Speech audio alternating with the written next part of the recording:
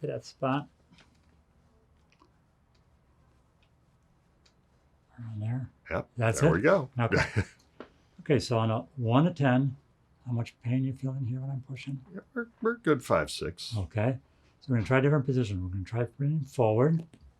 How much pain here? Is it a little better or worse? It's a little better. Versus how about here? It's a little worse. Okay.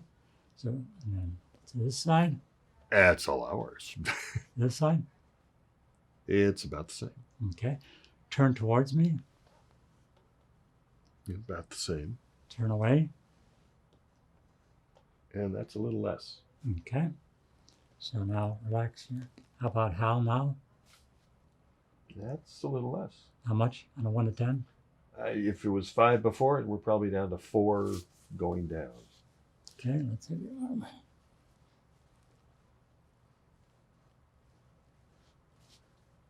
How about now?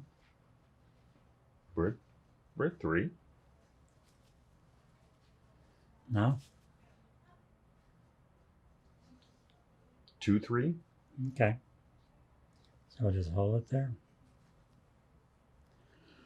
So this is a myofascial release technique. So what we're doing is we're putting it in different directions, trying to take the pressure off of the nerves and tissue, allowing it to relax. And in the time that we're allowing it to relax, it allows both the muscles physically to relax, as well as the nerves electrically to relax. And my feeling is, additionally, to allow some of the fluid, because I think that what happens is there's a little local swelling that occurs at these spots that keeps the nerves turned on. So it's sort of like a switch stuck in an on position. How are we doing now? Good. How much? Good. Down to 1. Okay. And usually it takes about 90 seconds or so, so a minute and a half, 2 minutes. And then for my side of the coin, I'm going to keep my finger here for a couple reasons. Number one, I want to assess what I'm feeling. Number two, when I get you back to the starting position, I want to make sure I'm on the right spot, because sometimes people says, well, that's less pain, but you're touching a different area. Well, no, not. There's no magic tricks. I'm not moving my hands. So that won't change. So what I'm looking for here is some tightness or tension in the tissue to resolve. And like I say, it takes about a minute and a half to 2 minutes. And again, this is called myofascial release technique. It's a good soft tissue technique. It can be done, as you can imagine, just even in acute situations, just after surgery.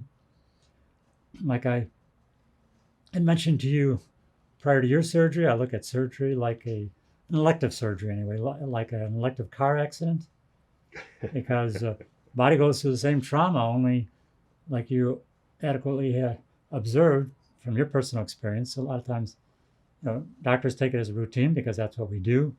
But, when the patient gets out of it and the anesthesia wears off, then, oh boy, even simple things like standing straight.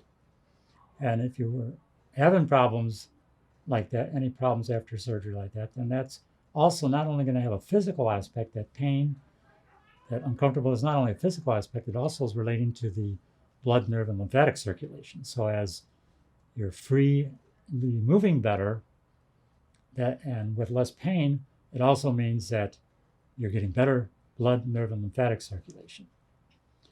And one other thing I hadn't mentioned to you before is that one of the things I find beneficial for working with physical medicine, the osteopathic approach around the areas of surgery, is, in my experience working with patients with cancer, is that one of the interesting things is oftentimes cancer reoccurs oftentimes at the site of where the scar was, or where the porous circulation is. So, okay, we're going to have you sit back up again. 1 to 10, how much pain? We're down to 4 there now. Okay. So let's try a little. And how about now? We're down to 1 again. Okay. So we're going to do this one more time. But another interesting aspect of this approach is when I find a position like this, in this case, you're forward bent, twisting a little bit to the left, I'll have a patient reproduce this position, getting in a chair at home, and you can continue this. You can do it 2 or 3 times a day for 2 to 5 minutes. The key is you just need to be relaxed. In other words, you shouldn't be when we're doing a release technique like this, you shouldn't feel you're having to hold yourself up, because if you're holding or bracing yourself too much, then that means that you're tightening some muscles.